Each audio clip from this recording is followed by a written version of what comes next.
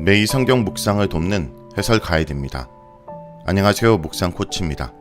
함께 읽고 나눌 말씀은 사도행전 27장 1절에서 20절까지 말씀입니다.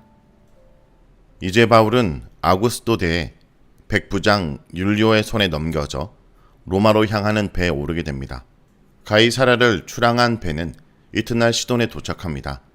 바울은 백부장의 특별한 호의를 받아 그곳에 있는 그리스도인들을 방문하고 식탁 교제를 나눕니다. 시돈을 떠난 배는 맞바람을 맞는 어려운 기후 조건에서 항해를 하다가 무라에 도착하였고 여러 날 만에 미항에 도착하였습니다. 바울은 좋지 않은 기후에도 항해를 강행하려는 선장과 선주에게 출항하지 말 것을 경고합니다. 1절에서 5절을 보겠습니다. 1절에서 5절은 가이사랴에서 출항하는 내용입니다. 여러 장에 거친 바울에 대한 고발과 재판, 그리고 바울 변호에 관한 이야기가 마무리되고 이제 27장부터는 바울이 로마로 압송되어 가는 긴 여정이 상당히 자세하게 소개됩니다. 1절부터 다시 우리 단락이 시작됩니다.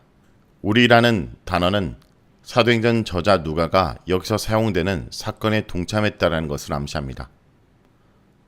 사도행전에서 마지막으로 우리 단락이 끝난 구절은 21장 18절이었는데 그렇다면 그때부터 지금까지 누가는 어디서 뭘 하고 있었을까요? 일반적으로 학자들은 누가가 이 기간 동안 팔레스타인에 있을 것으로 추측합니다. 어쩌면 이 기간 동안 누가는 유대 팔레스타인에 자신이 기록한 누가복음과 사도행전 초반부 이야기를 기록하기 위해 필요한 정보와 자료를 수집하고 있었던 것으로 보입니다. 이와 같은 추측은 입증할 수 있는 방법은 없지만 상당히 개연성이 있는 추측이라 할 수 있습니다. 개역개정에는 1절 하반절 주어가 명시되어 있지 않습니다. 헬라어 원문에서는 단순히 그들이 무엇을 넘겨주었다로 되어 있는데 이 동사의 주어는 로마 당국자들로 봐야 할 것입니다. 누가는 우리가 배를 타고 이달리아에 가기로 작정되매라고 기록합니다. 그러나 누가 이 표현은 바울만 죄수의 몸으로 가게 된 것이고 누가를 포함한 바울의 일행이 우리는 단지 같은 배를 타고 가게 된 것으로 이해하는 것이 적절합니다. 여기에 기록된 바울 로마행 항해 이야기는 당시 일반인들이 지중해를 어떻게 항해했는지를 잘 보여주는 매우 흥미로운 역사적 자료에 해당합니다. 일반적으로 모든 배들은 지중해 해변을 따라 항해했으며 가능한 겨울철에 항해하는 것을 피했습니다. 바울과 그 일행이 타고 간 이 배는 원래 소아시아 서쪽 해변에 위치한 항구 도시 이달라 무테로에서 출발해 여러 항구 도시를 거쳐 항해하고 다시 그곳으로 돌아가는 배였을 것으로 추정됩니다. 아마도 백부장 율리오는 항해하는 도중 어느 중간 지점에서 이탈리아행 배를 만나 한승할 계획을 가지고 있었던 것으로 보입니다. 누가는 이 여정에 마게도냐 지방 데살로니가 사람 아리스다고도 동행했다고 밝힙니다. 그러나 그가 이 배를 타고 자기 고향으로 돌아가고 있었는지 아니면 바울과 함께 로마로 가고 있었는지는 분명하지 않습니다. 본문의 문맥만으로 보면 그는 이 배를 타고 자기 고향으로 돌아가고 있었던 것으로 보입니다. 아리스다고는 사도행전 19장에서 에베소에서 일어난 소동 때 등장했고 20장에서 바울과 함께 예루살렘으로 가는 일행 중 한 사람으로 등장했습니다. 그러나 그는 신약 성경의 다른 본문, 즉 빌레몬서 1장 24절과 골로새서 4장 10절에서 바울의 동역자이자 함께 옥에 갇힌 자로서 다시 모습을 드러냅니다. 만약 바울이 로마 감옥에 갇혀 있을 때 빌레몬서와 골로새서가 기록된 것이 사실이라면 아리스타고가 이때 바울과 함께 로마로 갔을 가능성도 완전히 배제할 수는 없습니다. 이튿날 시돈에 되니 라는 것은 그들이 탄 배가 가이사랴를 떠나 이튿날 시돈에 도착했다는 의미입니다. 백부장 율리오는 바울에게 특별한 호의를 베풀어 줍니다. 어떤 특별한 대접을 받았는지는 알 수 없습니다. 그러나 어쨌든 동료 그리스도인들과 함께 시간을 보내며 식사 대접을 받거나 앞으로 여행하는 동안 필요한 물품들을 공급받았을 것으로 보입니다. 물론 바울이 자유몸이 된 것은 아니고 아마도 바울을 지키는 군인이 그와 동행했을 것입니다.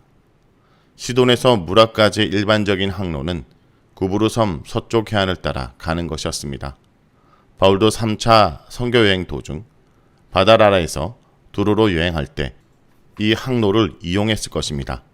그러나 여름과 초가을 바람은 서풍 혹은 북서풍이었기 때문에 바람이 없는 구브로 섬의 동쪽 해안에 끼고 항해하는 것이 훨씬 수월했을 것입니다. 배는 구브로 섬으로 돌아 길리기아와 밤빌리아 바다를 항해해 무사히 루기아 도시인 무라에 도착했습니다. 다음은 6절부터 11절입니다. 6절부터 11절은 바울의 조언이 거부되는 내용입니다.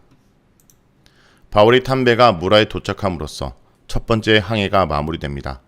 당시 로마의 많은 인구를 먹여 살리기 위해 곡식을 이집트와 이탈리아로 오가며 실어 나르는 배가 많이 필요했습니다. 로마에게는 이집트가 곡식 창고와 같았습니다. 그런데 당시에는 맞바람을 맞으면서도 항해할 수 있는 항해 기술이 부족했기 때문에 알렉산드리에서 북쪽으로 먼저 항해를 해서 무라에 도착하고 거기서 소아시아 해변을 따라 항해하는 항로를 이용하곤 했습니다. 바울을 태운 배가 무라에 도착했을 때 알렉산드리아 배가 그들을 기다리고 있었습니다. 누가가 여기 언급한 알렉산드리아 배는 분명히 로마의 곡식을 수송하는 배 가운데 하나였습니다. 이 사실은 나중에 배를 가볍게 하려고 싣고 가던 밀을 바다에 던져야 됐던 일에서 증명됩니다. 그들이 한승에 올라탄 알렉산드리아 배는 강한 북서풍으로 인해 항해에 많은 어려움을 겪었습니다. 그들은 수일 만에 이집트로부터 오가는 배가 많이 들어오는 니도라는 항구에 도착합니다. 여기서 그들에게 두 가지 선택권이 주어집니다. 순풍이 일어날 때까지 기다리거나 아니면 항해를 강행하는 것이었습니다. 만약 그들이 항해를 강행하려 했다면 그레데 동쪽 해안을 거슬러 가는 방법이 있었습니다. 그들은 후자를 선택한 것으로 보입니다. 그들은 간신히 미항이라 불리는 항구에 도착합니다. 그동안 항해가 많이 지연되었고 계속해서 날씨가 좋지 못해 그들은 미항을 떠나지 못하고 있었습니다. 이 말은 항해할 수 있는 기간이 지났다라는 의미입니다. 그것을 누가는 금식하는 절기로 표현합니다.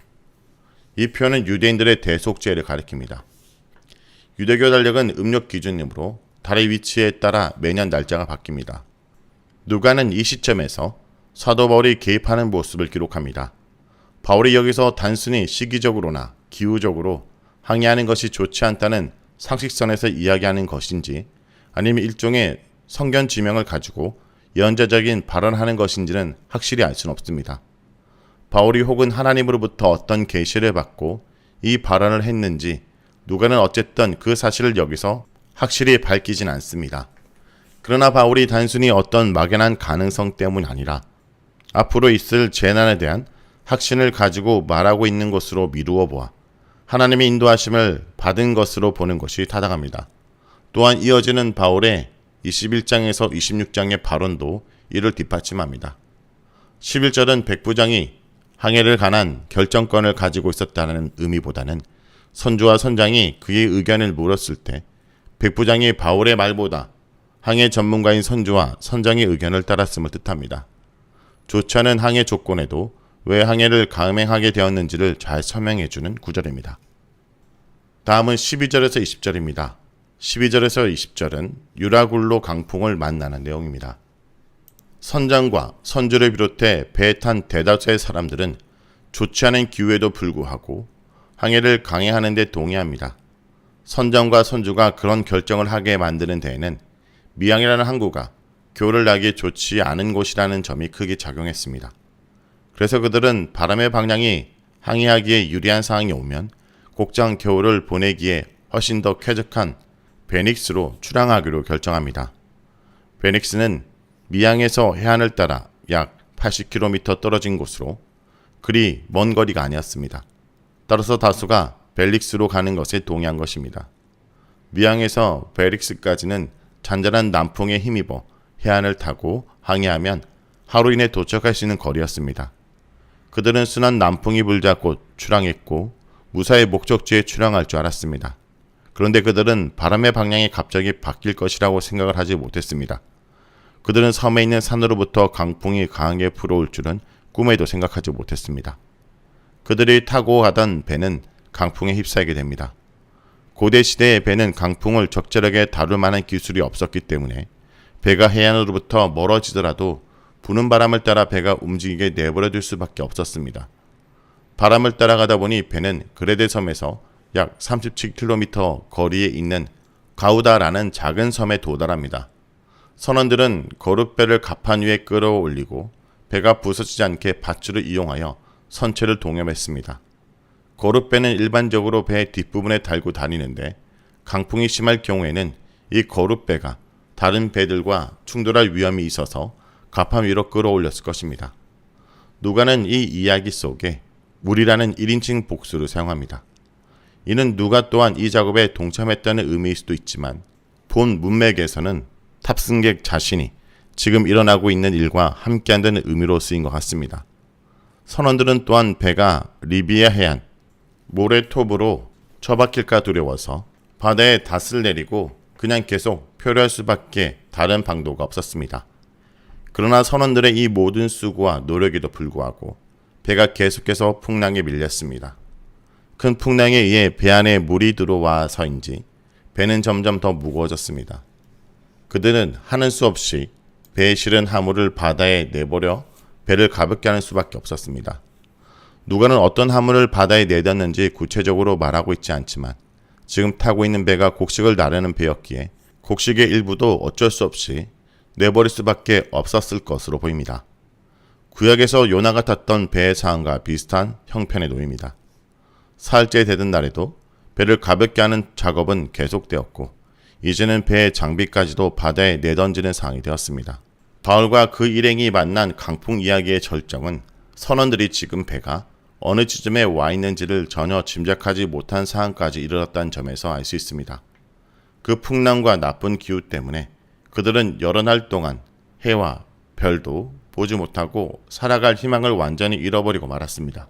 당시에는 태양이나 별을 봐야 위치를 확인할 수 있었지만 그들에게는 그럴 능력도 없었고 완전히 희망의 줄을 놓을 수밖에 없는 처참한 상황에 놓이게 되었습니다. 누가는 그들이 처한 상황을 여러 날 동안 해도 별도 보지 아니하고 큰 풍랑이 그대로 있음에 구원의 여망마저 없어졌더라 라고 묘사합니다. 살 소망을 잃어버린 그들의 처지를 문학적으로 잘 묘사하고 있는 것입니다. 그러나 사도행전을 하나님이 주신 성경을 읽는 독자들에게는 이 문장이 단지 바다의 풍랑을 만난 이야기로만 들리지 않습니다. 우리 인생을 먼 길을 배 타고 가는 항해의 길에 비유한다면 우리들은 모두 바울과 그 일행이 타고 가던 배처럼 눈앞이 캄캄해지는 암과 같은 상황을 맞이할 때가 있습니다. 누가가 말한 것처럼 구원의 여망이 완전히 사라진 것처럼 느껴질 때가 있습니다.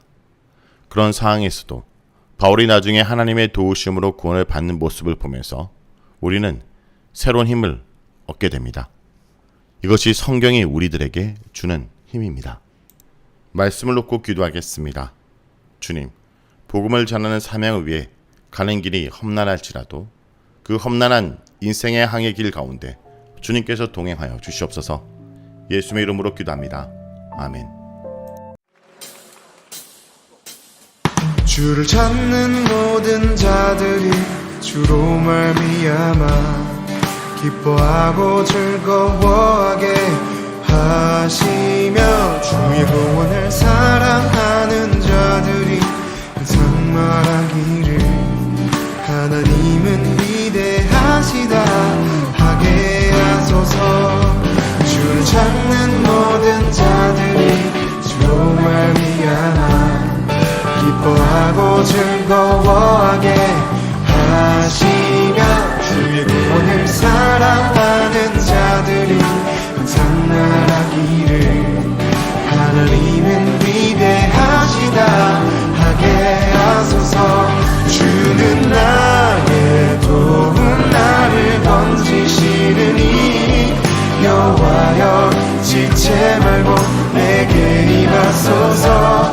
가난하고 궁핍한 내 마음 가운데 여호와여 속히 임하소서.